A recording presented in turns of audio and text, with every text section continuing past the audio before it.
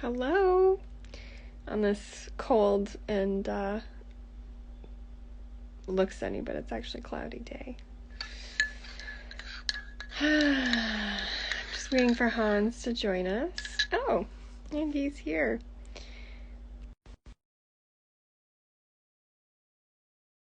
Talk about our schedule for the Sacred Source of Intimacy retreat. Hi, Sarah. Hi, Hans. I don't think my headset was attached. Okay, so how are you doing? I'm well. How are you? I'm good. I had some sobering news last night. Oh. Yeah, a very dear friend, one of my closest friends, had a heart attack last night. Well, I was dancing, which was appropriate. They did revive him after a few minutes of CPR. So he's stable today, but it just reminds me how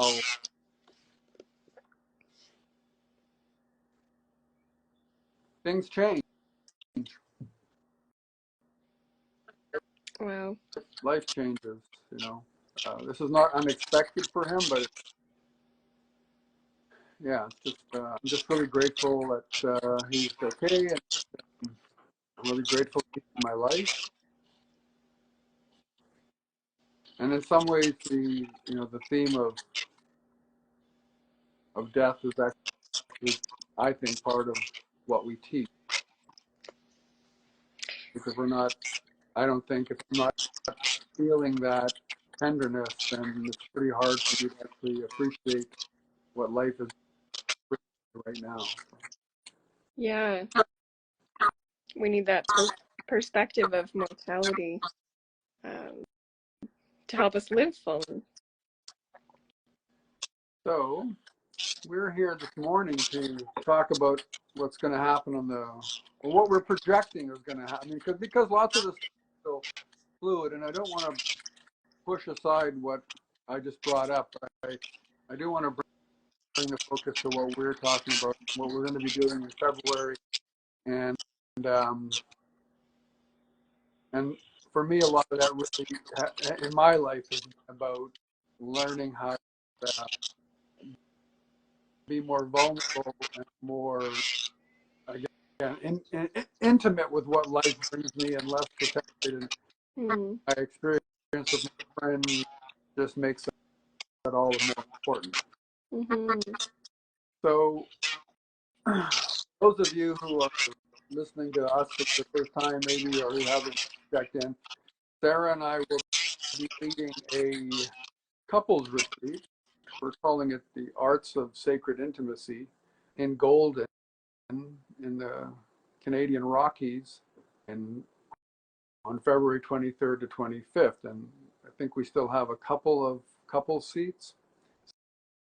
So Golden is a beautiful place to be all year around, but in the winter time, it's quite magical. I'm looking forward to being there. And we're going to start on the Friday evening. So we're inviting people to come a little bit early and settle in. And then why don't you just walk us through what we're proposing right now as for our first day? Sure. There's just some weird feedback, so I muted myself when I was speaking, so maybe if you can mute yourself. Okay. It's less of a conversation, but more clear.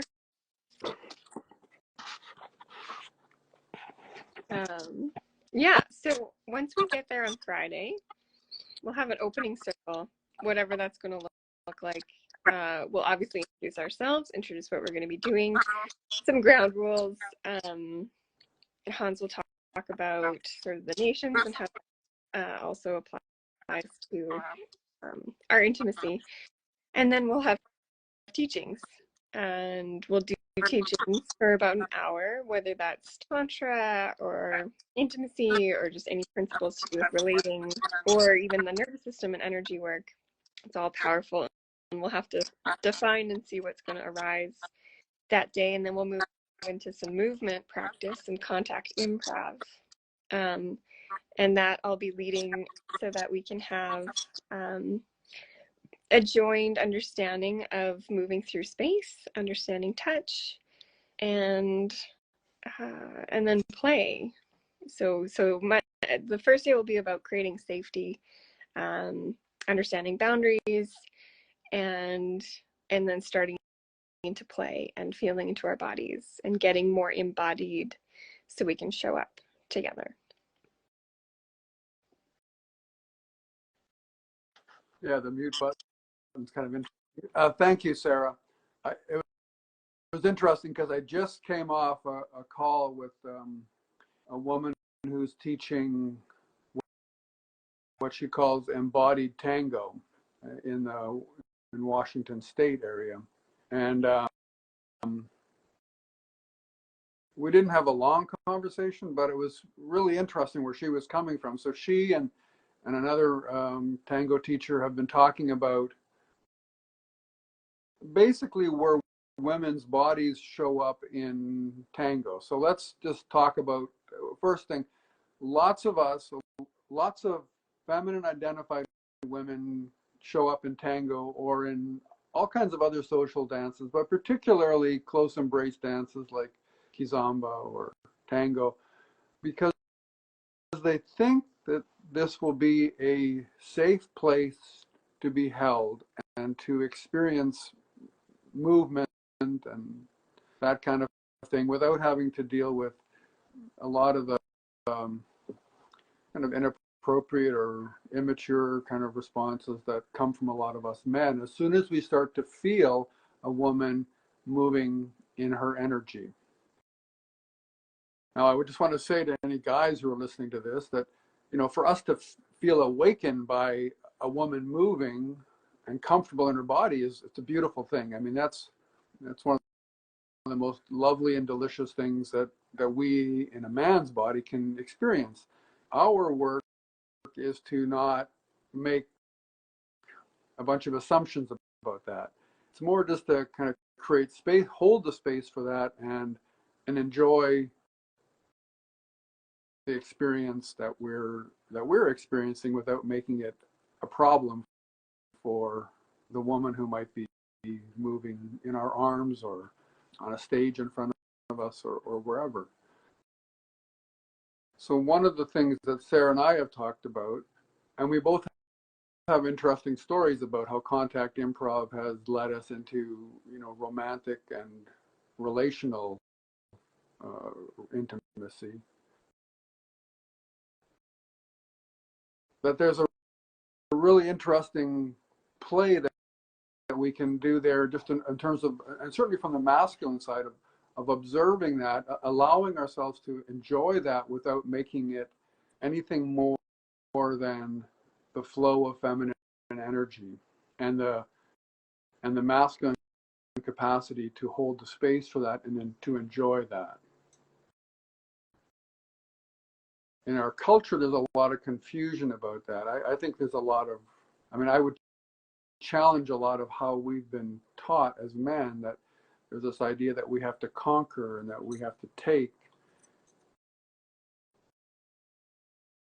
And there's ways of doing that are actually supportive of the flow of feminine energy and beauty and love and sexuality. But very few of us learn that. I certainly didn't learn that, and I don't see anywhere in the culture that there's any teaching around that. So the movement practices that we'll do will flow out of what we, the kind of yogic teaching that I do and the kind of tantric teaching that Sarah does. The movement we'll do will build on that, and it'll give you some tools of how to be with each other in the kitchen in the morning while you're making coffee, after work, when you come home, not just in the bedroom, but just through your everyday lives. It'll help you in how you move or how you allow your children to move. There's so much about, just being in our bodies and being aware of our bodies and then being aware of other bodies around us that has so little to do with where our minds in this culture usually go around, oh, the body's moving, it must be about, sex in the form of penetration and ejaculation, and much more about there's energy moving here. And to go back to this conversation with this tango teacher, she said she's an accomplished dancer and teacher, and she says, as soon as I'm in a man's embrace, we're dancing, I can feel his energy. I can feel just how stable he is and how safe it is for me. And if I don't feel safe, none of my training as a dancer, none of that comes into play. I just lose all capacity to really enjoy how to move. And so, for me, that's something that I've observed. I felt like that, but to have her say that was reassuring in terms of the kind of work that we'll be doing, Sarah, and the kind of work that I'm doing here, when I teach tango and when I teach tango with yoga and I teach it for couples, is that my experience as a man in this body, again, one of the most beautiful experiences I can have is to feel her trust, her flow, whatever that looks like. And there's a bunch of things that we're going to work on in our retreat that'll help the men there to become more able to receive that and hold space for that and to experience more. And for the women in the workshop to actually feel safe enough to go deeper into, what for all of us is a really beautiful, beautiful experience. Yeah, thanks for sharing, Hans. The words that come to mind to me when you shared about the masculine, I forget what words you used, but for the feminine, to be able to allow and receive.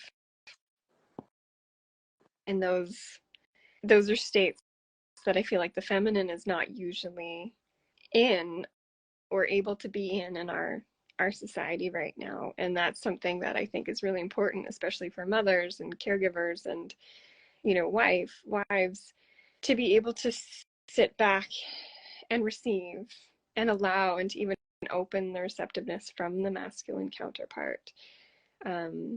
So that's something that's like big, long work.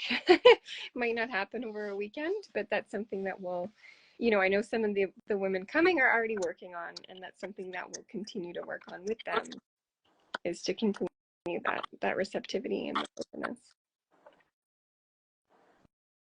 Yeah, thank you for that, Sarah. I mean, what I know is that by the time we're in our 30s, most of us have had experiences of opening and being disappointed, and particularly feminine identified women.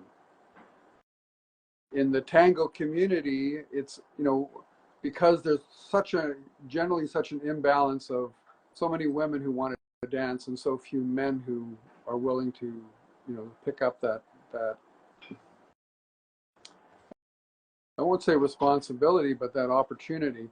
So a lot of women are learning to lead, and what I hear from women is that, it's different being led by a very masculine identified man or a feminine identified woman. But what every woman has said to me is being led by a woman just feels safe, and they're allowed to, or they just feel they're just more capable of expressing themselves. So, what I've experienced in dancing is that it often takes, like you said, it's not the work of a weekend. And because we're working with couples, my hope is that people will take these, what we're showing it's the kind of thing you can take home and practice on your own. It's beautiful to be led by, a teacher like Sarah. allows you to relax, you know, if you're led by me. But you can do this stuff on your own. And that's where, you know, it gets really beautiful when more and more, even if it's only a handful of people around you start to do this kind of work, you start to feel it and you start to trust them and trust yourself. And as I said, this is not just about, you know, having a better sex life, though that's part of it. It's about, you know, on my side, I know how do I become a better husband, or how do I become a better son or father or brother. I mean, that's one of the really interesting things for me, is just that, you know, doing this work has changed the relationship with my sister. And, you know, that was not something that I expected or was even looking for. That's really cool. Yeah. I also love what you said about how this would sort of affect their morning routines in the kitchen. And You're quite, I need to turn my phone up here. Sorry. yeah. I was saying, I liked what you said about how this would impact their relating in the morning in the kitchen, you know, making coffee. And one of the reasons I even was drawn to contact improv was to understand my relationship to touch, because I noticed myself withdrawing from family members, just brushing past them in the house. And so like I was like, okay, well, what's that about? How do I look into that? And so I found the safe place, which was contact improv, to work with my relationship with touch that was comfortable for me, that I could understand. And so then I could lean in to the touch, or learn why I was pulling away, and if there was a reason to address that, as opposed to just keeping on pulling away. And so to learn to lean into the touch, you know, it's so fun. We have such a fun household. Like, I met Dan at Contact Improv. So our daughter is born of Contact Improv. So she's rolling off of us and bouncing around all the time. You know, but I think there's still times where I like withdraw from Dan, or he withdraws from me. And so it's interesting to even think about that dance that we have in the home, and how can we make it more of a dance? You know, how can we actually play with that pulling away or coming towards, and bring it more conscious? And so that's part of the work I want to bring forward through these sort of maybe seemingly unrelated practices, but they're so related.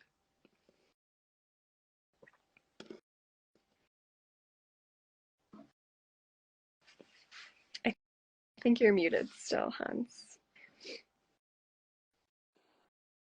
Sorry. You and I have a shared story about the impact of contact improv in our lives. We've been here now for almost 20 minutes, so I think we're going to stop now. But if anybody has any questions about the retreat coming up, please send Sarah or myself a message. We'll send you a link to get tickets. If you have interest in the other work that we do, be in touch with Sarah or myself. I mean, this is just one instance of what we're doing, and while this is oriented towards couples, there's a lot of work we do with singles. Whether you're single outside of a relationship, or single pursuing knowledge and practices that'll help you, to things to bring into your relationship. There's all kinds of stuff that, you know, either we offer, or that we can point you in other directions. There is a lot out there now. There was, you know, a lot more than there was 20 years ago or 30 years ago when I really needed it in a big way. So I feel really lucky that we get to do this stuff now with people. And we're doing a monthly Zoom series, so you can do Kundalini and Tantra with us every month. So this month it'll be January 30th at 8 p.m. Mountain Time. And if you miss it, we will record it. So you can come individually, as a couple, all people welcome. And then you can actually interact with the practices we do and some conversation too. So, yeah. So you can access that registration. So I ask you to register. There's a super cheap early registration thing. If you're a subscriber to the book that I'm writing in serialized chapters, if you're a premium subscriber, that's free to you. If you're one of Sarah's clients, it's free to you. And if you are registered in the workshop, it's free to you. Otherwise, the early registration is $11. And again, just direct message Sarah or myself about that, and we'll connect you with that link. We're going to be doing another Instagram Live in the next week or so. Again, this time we're going to look at day 2. So we've given you a discussion about day 1. I've given you the outline. You can access that on her Instagram, and we'll be back here soon to talk about day 2. And as Sarah said, we're going to be doing our virtual workshop on January 30th. Okay. Bye. Thank you, everybody. Bye-bye. Thank you. Bye-bye.